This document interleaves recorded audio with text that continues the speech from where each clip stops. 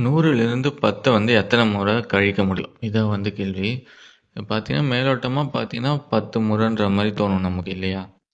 100லிருந்து 10 எத்தனை வாட்டி கழிக்கலாம்னா, 10 முறை 10 கழிக்கலாம் இல்லையா? அதான் வந்து 100 இல்லையா?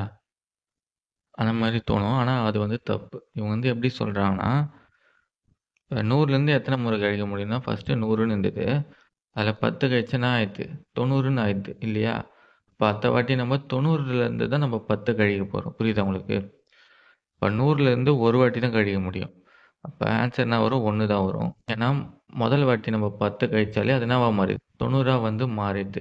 அதுக்கப்புறம் நம்ம 90லேருந்து தான் வந்து கழிப்போம் இல்லையா? 100லேருந்து கழிக்க மாட்டோம். அதனால ஆன்சர் வந்து 1 தான் வந்து ஆன்சர். சரிங்களா? இந்த சம்மம் பார்த்தீங்கன்னா, மேலோட்டமா பார்த்தா 10 மாரி இருக்கும் இல்லையா? ஆனா ஆன்சர் என்னது? 1. இதே மாரி வந்து இது வந்து இந்த சம் வந்து குரூப் 4 2022ல கேட்ட சம்மு.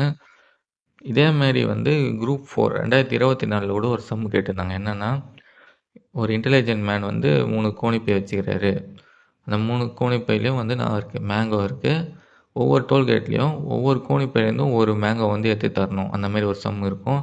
அந்த சம்மு பார்க்கணும்னா டிஸ்கிரிப்ஷன் லிங்க் தரேன். வேணா செக் பண்ணி பாருங்க. அந்த சம்மும் பார்த்தீங்கன்னா, மேலோட்டமா பார்த்தீங்கன்னா ஒரு ஆன்சர் வரும். சரிங்களா? ஆனா வந்து கரெக்ட்டா நம்ம வந்து யோசிச்சு பார்த்தீங்கன்னா, வேற ஆன்சர் வரும். ஏன் சொல்றேன்னா, 2022லயும் இந்த மாரி கேட்டிருக்காங்க. 24லயும் வந்து கேட்டிருக்காங்க.